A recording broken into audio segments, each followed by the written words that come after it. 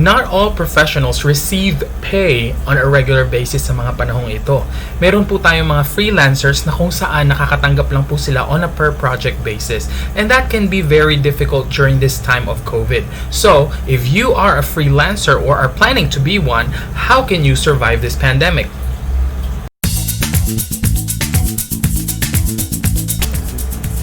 My name is Nukie and I am your certified human resource professional and life coach.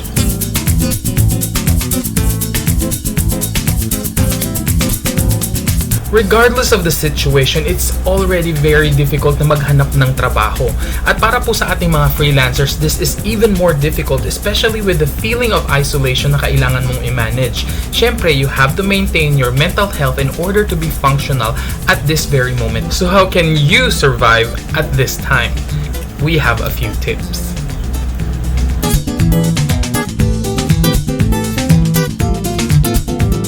Tip number 1. Assess the situation. These transformational times require that you take a look at what you have at hand. No, you step back and see ano ba ang mga resources ko. And the first thing that you'd like to do with that is of course check your finances. Have you been able to save? Magkano po yung nasa savings nyo? At syempre, titignan mo rin ano ba yung mga projects ko at hand right now. Kung wala akong projects, kailan ako magkakaroon ng project at kailan ako makakatanggap ng kabayaran. At napakahalaga po nito sapagkat pag nakita po natin kung kailan tayo next na makatatanggap ng kabayaran sa ating trabahong ginawa, may a-adjust din po natin yung atin pong expenses. Ano ba ang mga pwede nating i-adjust sa expenses? Syempre, yung utilities mo, yung bills mo, no? Kailangan mo magtipid ng kuryente. Meron ka bang labor na binabayaran o taong kailangang bayaran aside from yourself, no? O pwede mo na bang gawin ng mag-isa ang trabaho ng taong yon? Tingnan mo ang lahat ng mga aspetong yan. O baka naman meron kang mga resources na hindi mo naman kailangan. Kailangan mo ba talagang mag-upgrade ng bagong gadget? O pwede namang ipagpabukas na lang. So yan ang ilan sa mga bagay na gusto mong tignan sapagkat makakatulong yan para makapag-survive ka from now until the next pay that you are expecting.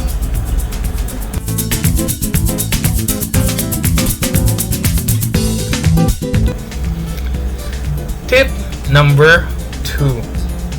Reach out to others. Opo, napakahalaga po ng support group sa mga panahong ito.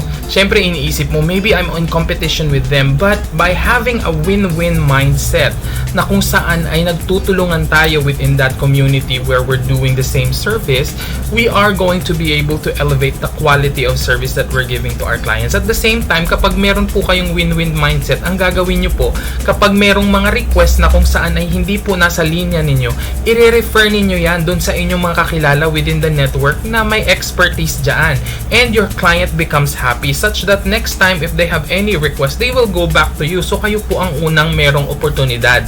Now, at the same time, since you are referring to other professionals doing some work, kapag naman po merong nasa linya ng expertise mo na kinakailangan, malamang makakakuha ka rin ng referrals because you are referring others as well.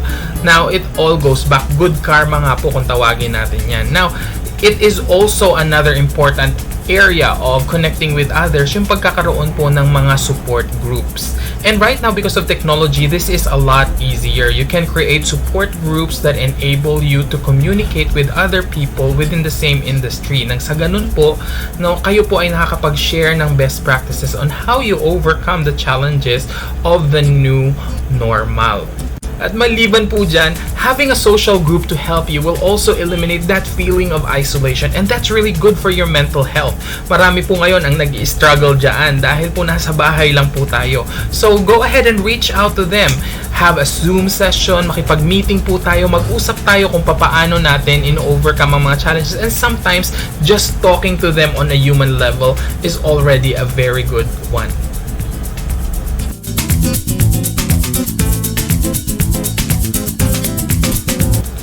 Tip number 3. Innovate yourself. So, syempre, iniisip mo mahaba naman na ang experience mo dun sa area of expertise mo, and that's fine. But that doesn't mean that you cannot add value to what you're giving to your clients. Think of something that can give them more than what they used to get from you. Maybe as an after-sales service perhaps, or maybe you can think of how you can give them additional valued service, a bonus or a discount or whatnot. These can really help in making sure that you have a steady customer base. So halimbawa, ikaw ay isang graphic artist. You can perhaps think about the number of revisions that you can make para doon sa proyektong ibibigay mo sa iyong kliyente. Or maybe if you are doing training and development tasks, you can also think about how you can help your clients measure the effectiveness of training after you have rendered the training itself. Marami pong paraan kung paano nyo pwedeng i-innovate ang inyong service. And when we talk about innovating ourselves, we are also talking about improving the things that you can do. So, i-enhance po natin yung ating skill. Pwedeng matuto ka ng mga ibang skills na kailangan mo. Kung perhaps ikaw ay isang graphic artist and ang specialty mo is maybe poster design or logo design, pwede siguro mag-experiment ka on other things that you can do. Maybe think about photo manipulation, or pwede ka ring mag-isip ng ano pa bang pwede, video editing. So maraming areas na pwede mong i-expand ang iyong skills para naman mas marami kang pwedeng i-offer sa iyong clients. And that's really very good when you are a freelancer.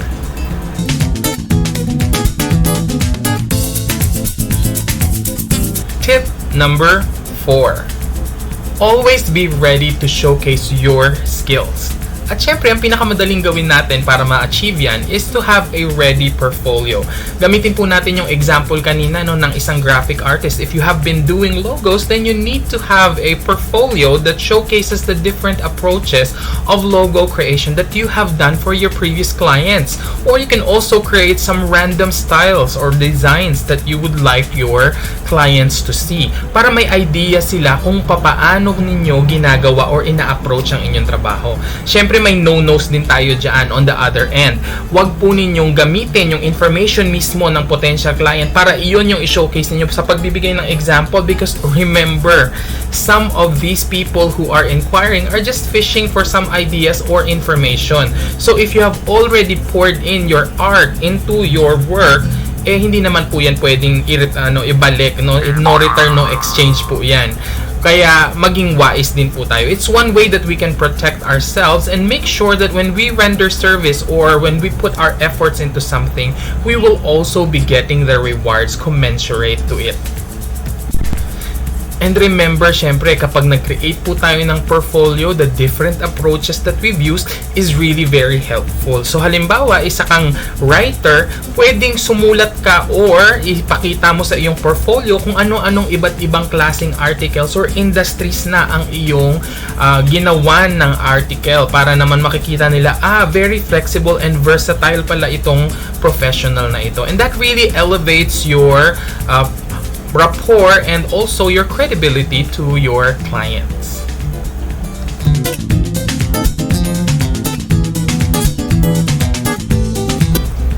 Tip number 5. Secure your pay. Syempre, hindi naman po tayo kawang-gawa na institusyon. As freelancers, this is how we get our hard-earned money.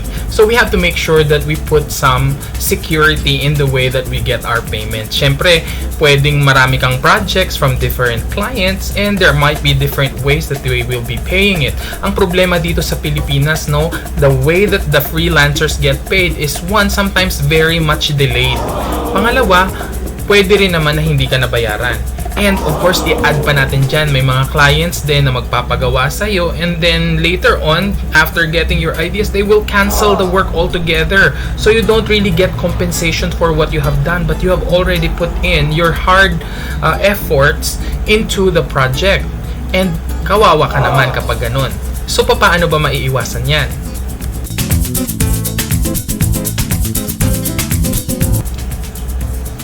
Of course, first, you have to create a documented proposal of the scope of the project. Diyan po sa documented proposal na yan, isulat po ninyo ano po ba ang inclusions ng inyong project. Mula saan hanggang saan. Kung kayo po ay mag-offer ng revisions, isulat din po ninyo yan dyan.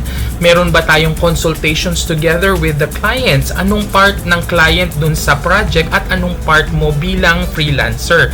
Kapag malinaw mo nang na-state kung ano ang scope ng trabaho, then the next step would be to write down and also document in that proposal yung atin pong scheme for monetary compensation. Opo, in Tagalog, papaano ka babayaran ng iyong kliyente. And this is really important because that helps your client understand that you are seriously in business. One good suggestion on how you can do this is to come up with a scheme na kung saan meron pong babayarang down payment. This is because as a freelancer, even if the project isn't done yet, you have already exerted effort on that and you have already put in time. So, if they are really serious at doing this project with you, they wouldn't have second thoughts in paying a down payment. For some people, sasabihin nila, naku, nagdadalawang isip ako mag-down payment na yan kasi baka mamaya ma-turn off yung client. No? So, tandaan lang po natin, ang totoo pong client at meron kailangang ma-achieve, hindi po magdadalawang isip sa ganyan. They know that this is part of making sure that the business deal is not just fair for them, but also fair for you. Remember that your client is paying you on the basis of how much they respect you. So, if they're not willing to pay this, then they probably don't respect you enough and don't respect the craft that you are doing for them. Magdalawang isip ka na kapag ganun ang client mo. And those are the tips that we have for you on how you can survive through this pandemic if you are a freelancer. Now, of course, I'm sure that there are still a lot more other tips that you can share if you are already doing this yourself. So, add that in the comments below. And of course, if you would like to get more personal and professional tips just like this one today, you may subscribe to our YouTube channel or you may also give us a like on our Facebook. I have added the links in the comment section or in the description box para naman po mapuntahan ninyo ang mga iyan.